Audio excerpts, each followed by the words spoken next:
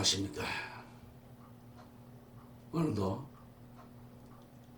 레위기 2장 13절 16절의 말씀을 중심으로 영과 진리로 드리는 예배자의 자세 5번째 시간이 되겠습니다. 자, 13절 16절 제가 봉독해 드립니다. 음식 제사의 모든 헌물은 소금으로 간을 맞추되 너는 내 하나님의 언약의 소금을 내 음식 제물에 부족하지 않게 할지니 너는 내 모든 제물과 함께 소금을 드릴지니라. 내가 첫 열매들의 음식 제물을 주께 드리면 불로 말린 곡식의 첫 열매의 푸른 이삭을 음식 제사로 드리되 잘 익은 이삭에서 찌은 곡식이라야 하며 너는 그 위에 기름을 붓고 그 위에 유황을 넣을지니 그것이 음식 제물이니라. 제사장은 그 기념물 곧 그 제물에서 찌은 곡식 조금과 기름 조금을 모든 유황과 함께 불사를 지니 그것이 주께 불러드리는 제사니라. 아멘. 할렐루야. 전국에서 해외에서 CJTN 방송, 주간신문, 지저스타임즈를 구독해 주시는 애청자 여러분, 오늘도 우리 예수님의 주님의 은혜의 날입니다. 기쁨과 소망으로 하루의 삶을 주님과 함께 하시기를 기원합니다.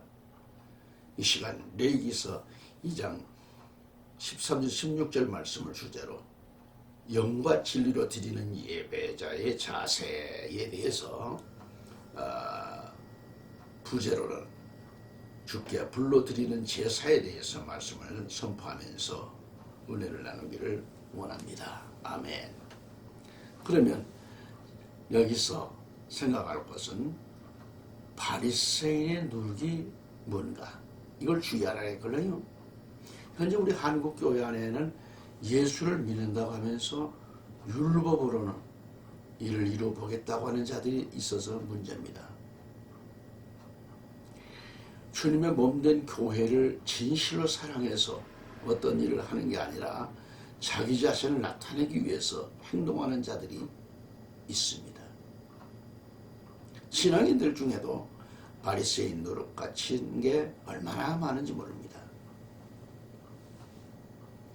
우리가 예수를 나의 구주로 믿고 따른다면 주님의 말씀을 그대로 믿고 우리는 마땅히 행함을 보여야만 마땅한 것인데, 그렇지만 이러한 행함을 보일 때 그만 바리새인 누룩이 나타나는 거죠.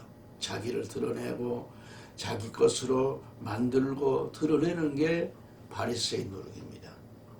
이러한 행함은 믿음으로 한 행함이 아니라 스스로 행한 것이며 온전한 소재 제사의 제물이 될 수는 없다 이거죠. 그래서 교회 안에서 바리새인 같은 모습을 가진 자들이 얼마나 많이 일어나는지 모릅니다. 특별히 우리는 우리 것이 아무것도 없어요. 내 생명, 내 자식까지도 내 것이 아니라고 했죠. 하물며 썩어져 버릴 물질은 더더욱 내 것이 아니라는 거죠.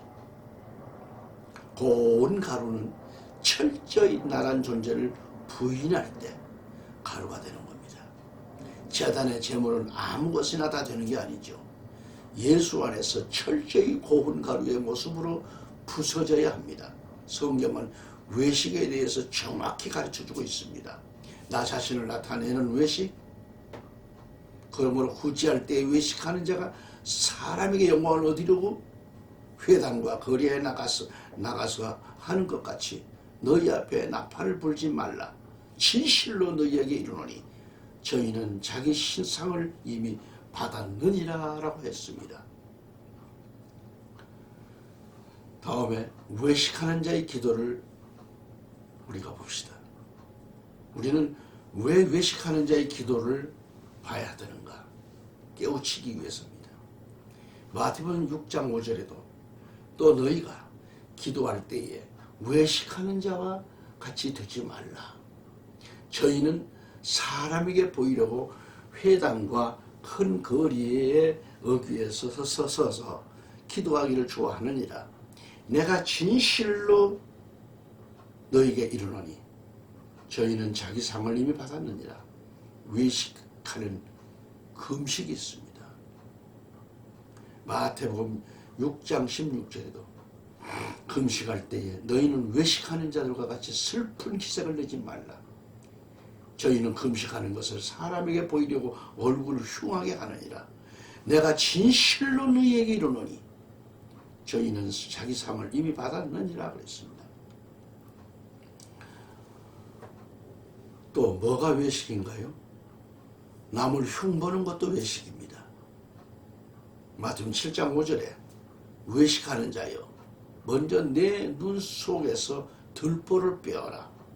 그 후에 밝히 보고 형제의 눈 속에서 티를 빼리라 했습니다. 입만 신앙 가진 그런 자도 외식입니다. 입만 가진 자들, 입만 가지고 신앙생활하는 자들. 마태복음 7장 6절에 마가복음 7장 6절에 이사야가 너희 외식하는 자에 대해 잘 예언하였도다. 기록하였으되 이 백성이 입술로는 나를 존경하되 마음은 내게서 멀도다라 그랬습니다. 외식하는 자는 시대를 분별하지 못한다고 했습니다.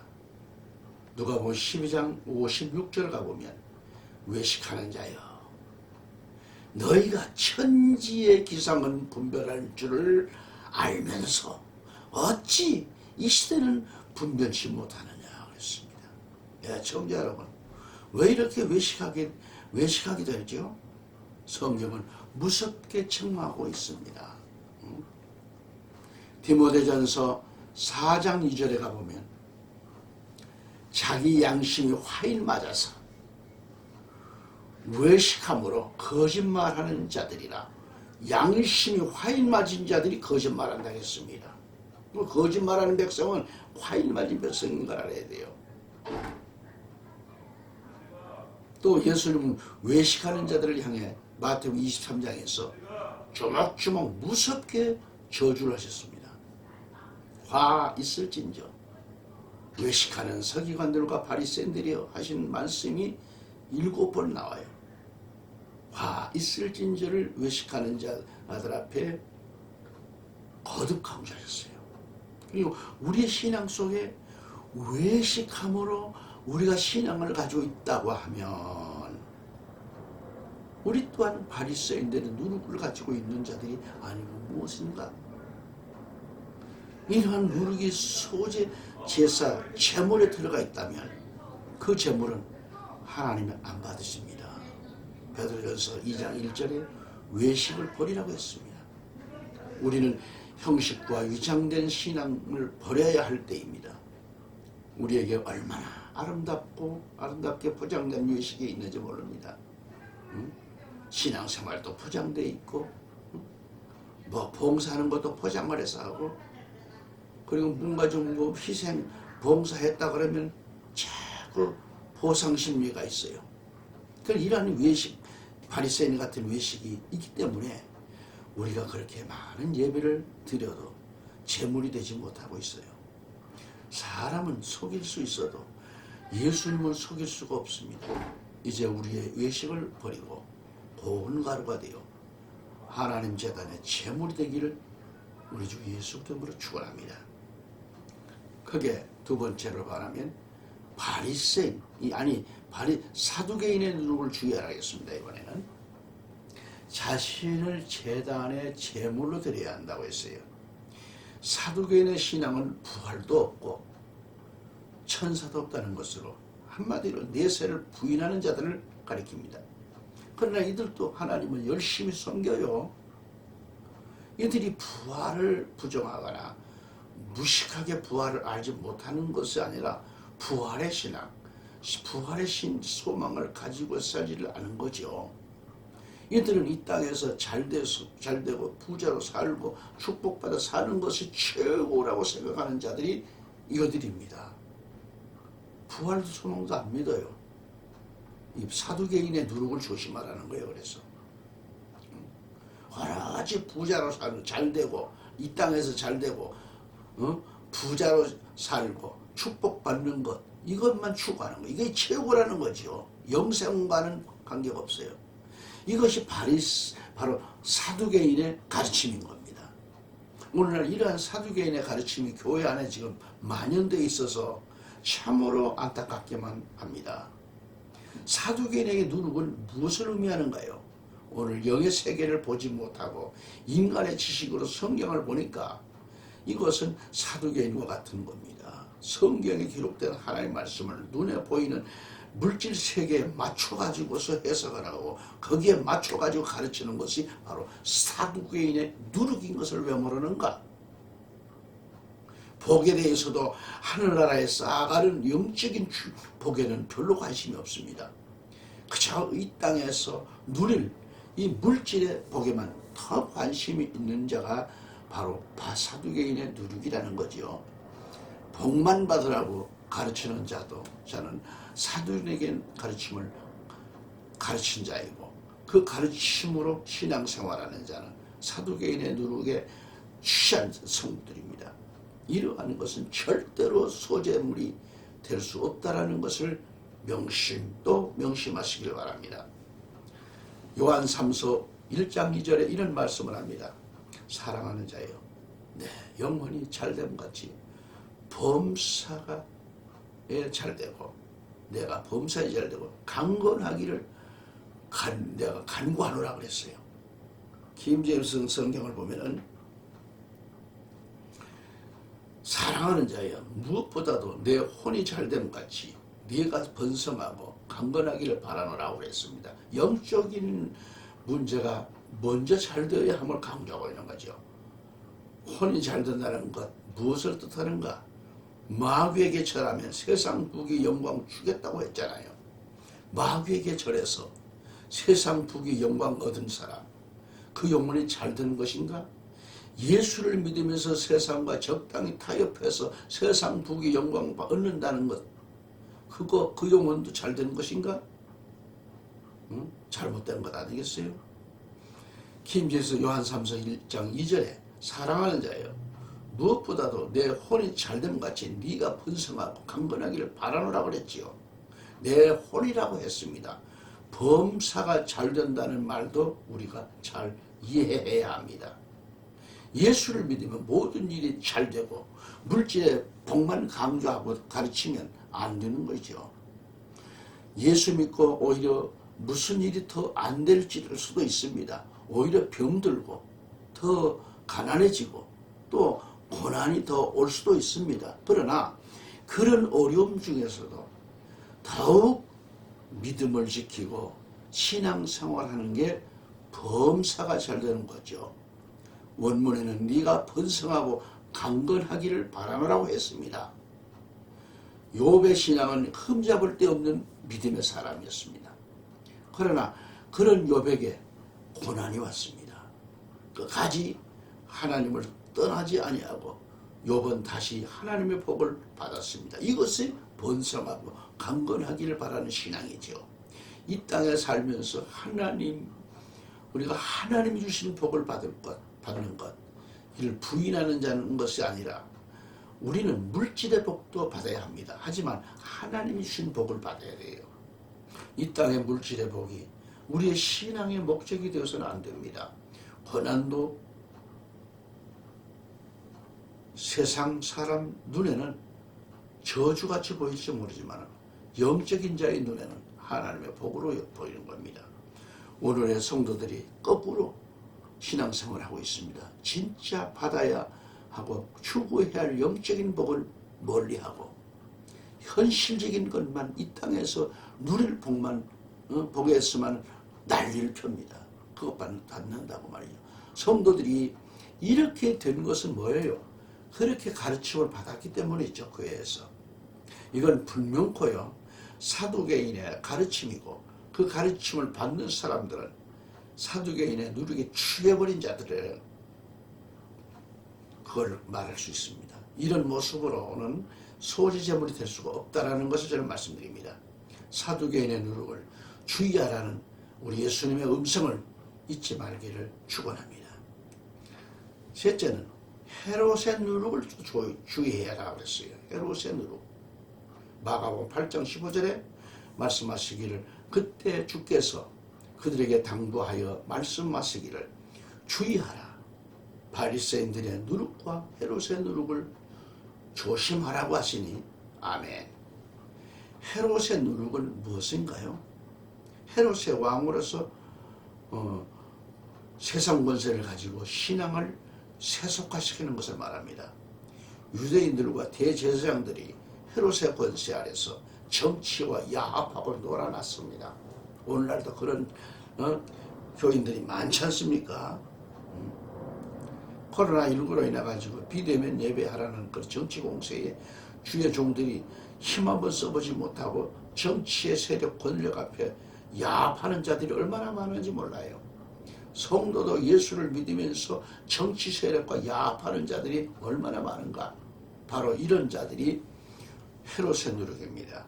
이런 신앙으로는 소지제물이 될 수 없습니다. 크게 두 번째로, 자, 오늘 본문 말씀을 넘어갑니다. 레위기서 2장 11절에 여기 보면은 누룩을 넣지 말라고 그랬어요. 너희는 누룩을 넣어 만든 어떤 음식 제물도 주께 드리지 말지니 이는 불로 드리는 주의 어떤 제물에도 누룩이나 꿀은 불사르지 못함이라 이렇게 말씀했습니다. 주의 어떤 제물에도 누룩이나 꿀은 불사르지를 못합니다. 꿀은 단 것이 특징이죠. 성경에서 이 꿀은 음료의 달콤한 말이 곧 꿀이라 했어요. 잠언 5장 3절에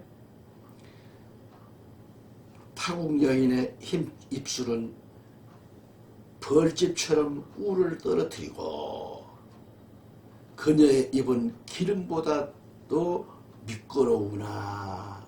여기서 그녀의 입술은 꿀을 떨어뜨리듯이 달콤한 말로 유혹한다라는 것이고요.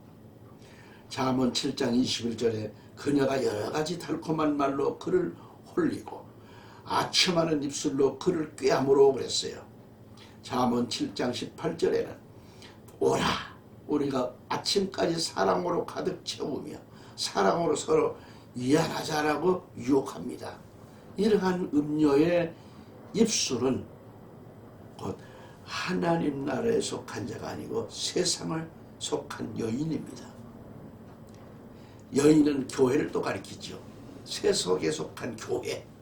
세속에 속한 교회는 설교도 얼마나 꿀을 터뜨리고 얼마나 사람 뿅 갈 정도로 세상 얘기를 넣어서 얼마나 꿀을 떨어뜨립니까?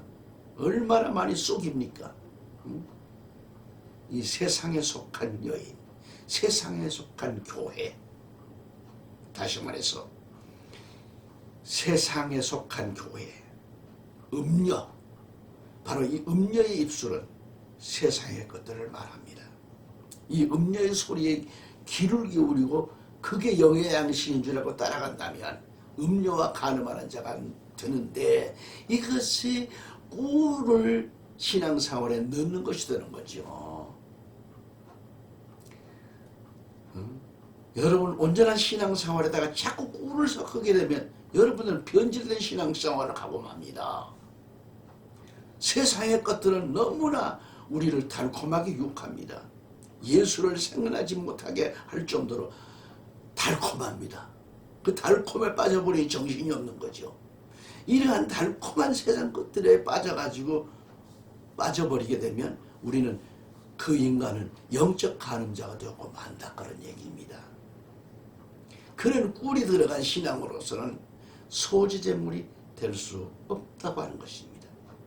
신랑 대신 예수를 멀리하고 세상 것들에 빠져 산다면 그는 음료의 세력에 잡혀있는 그런 자입니다. 요한계시록에 마지막 때 음녀의 화려한 모습을 볼 수 있잖아요. 계시록 17장 4절에도 또 그 여자는 자주색과 주홍색 옷을 입고 금과 보석과 진주로 장식하고 손에는 금잔을 가졌는데 그 잔은 가증스러운 것들과 그녀가 행한 음행의 더러운 것들로 가득 찼더라 그랬어요. 위에서도 언급해 드렸지만 꿀은 먹을 때는 그렇게 달고 맛있을 수가 없습니다. 그러나 많이 먹으면 배탈이 나고 맙니다. 세상의 것들 너무나 화려하고 우리에게 너무나 달콤하게 다가옵니다. 그러나 깊이 빠져버리면 우리는 음녀의 세력에 잡히고 정말 그렇게 된다는 것을 알아야 합니다. 이걸 경고하고 있는 겁니다. 좋은 보약일수록 쓰다는 말이 있습니다. 달콤한 말만 듣기 좋아하는 이 귀가 있다는 데서는 안 들을 것입니다. 하나님 말씀에 순종하며 신앙생활하는 게 너무 힘들기도 하지만 바로 이러한 쓴 고통이 뒤따르며 살아갈 때 우리는 소재제물이 될 수 있는 겁니다. 아멘. 음료의 꿀이 있는 신앙으로는 소재제물이 될 수 없다는 이 사실을 명심하시고 또 명심하면서 잊지 말아야 될 것입니다. 아멘. 오늘도 애청자 여러분 끝까지 이렇게 시청해 주셔서 정말 감사드립니다. 다음 시간 또 귀한 말씀을 연구해서 전해드리겠습니다. 다시 만날 시간까지 건강하시며 승리하시기를 예수 그리스도 이름으로 기원합니다. 감사합니다.